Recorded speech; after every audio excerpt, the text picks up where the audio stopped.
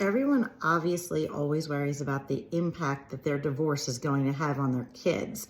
So I think that's probably the primary concern of all of my clients.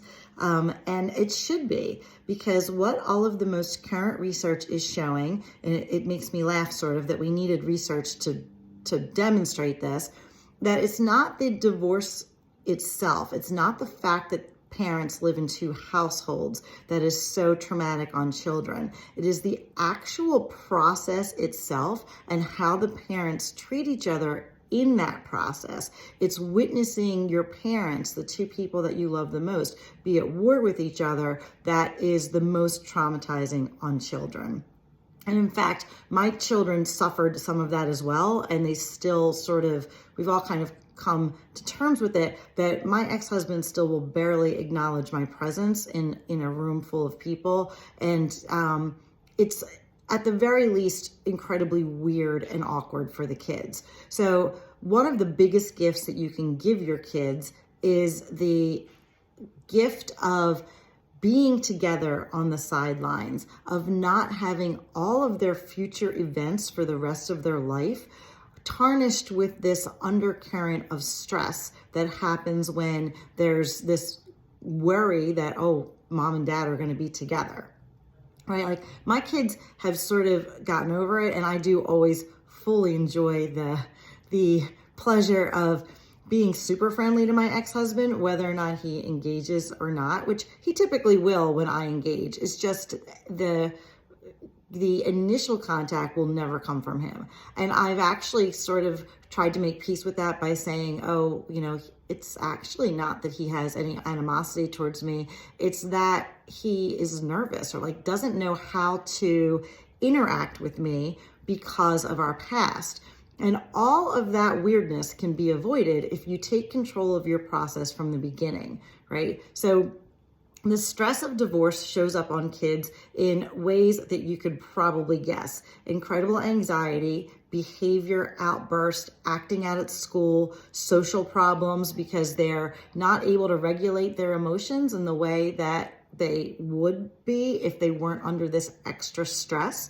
So it manifests in all negative ways. Increased emotional outbursts at home. They will play you against each other in terms of, they're famous for saying, oh, mom said that I could do this. And if they know you're not talking to each other, it opens the door for all of that manipulation.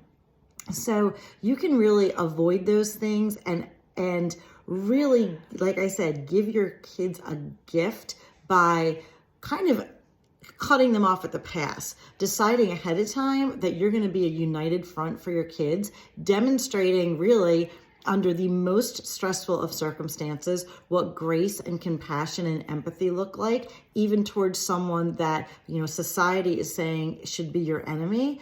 It intuitively makes no sense to the kids and probably to yourself as well, that this person who you built a life with, who is the other most important person in your kid's life, should be looked at as an enemy.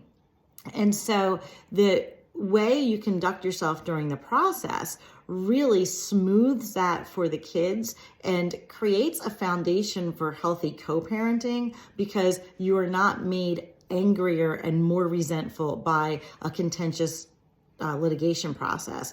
And even if, I should say, even if you're not in litigation, the divorce process itself always makes your ability to communicate worse, because once you hire lawyers, they're going to tell you not to speak to each other anymore. They are literally going to say, as soon as you hand them the check, hey, don't worry about this, I got it. You don't need to talk to him about any of this anymore. I will talk to his lawyer. You should read that as, hey, it's going to cost me thousands of dollars, and I'm going to lose any ability that I have to communicate with my spouse.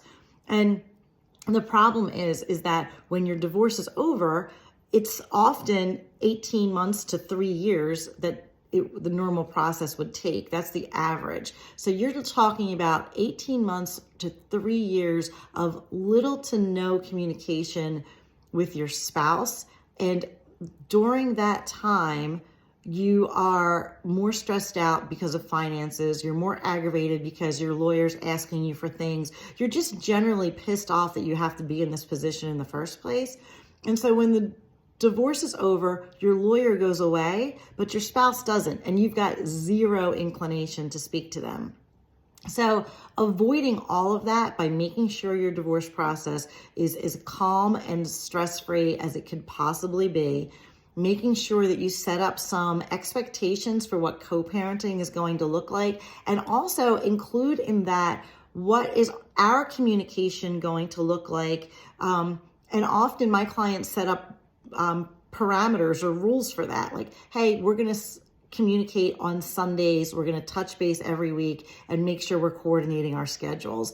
So they're not talking to each other every day. You do not need to be best friends with your ex-spouse, but you need to be a team in terms of putting forth a coordinated effort for your kids. So all of that is absolutely doable if you're aware that that is the goal that you're moving towards. So even if you think you and your spouse can speak about nothing, and maybe you can't speak about anything regarding finances or whatever, you certainly should have the ability to coordinate your calendars on Sunday night so your kid doesn't have to stress about who's picking them up on Wednesday. You know, you keep everybody in the loop. And again, by setting out those communication boundaries, you are lessening opportunity for arguing in between. You are reducing the chance that there's going to be a miscommunication and a ball is going to be dropped. And you're increasing security for your kids, and also demonstrating how you can cooperate with someone who you clearly don't see eye to eye with. So the life lessons involved there are invaluable to your children.